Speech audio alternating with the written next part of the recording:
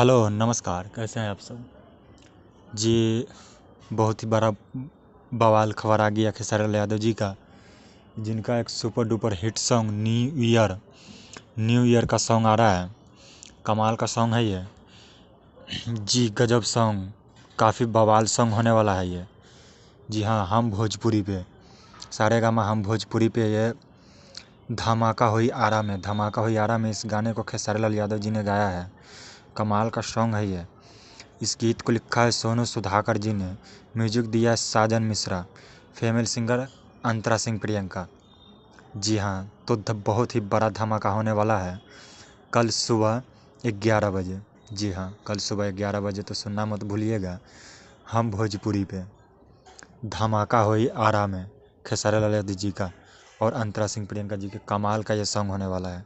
धूम मचा देना है कल 11 बजे, सुनना मत भूलिएगा दोस्तों। हम भोजपुरी पे। वीडियो अच्छा लगे तो लाइक कमेंट सब्सक्राइब जरूर कर देना। Thank you.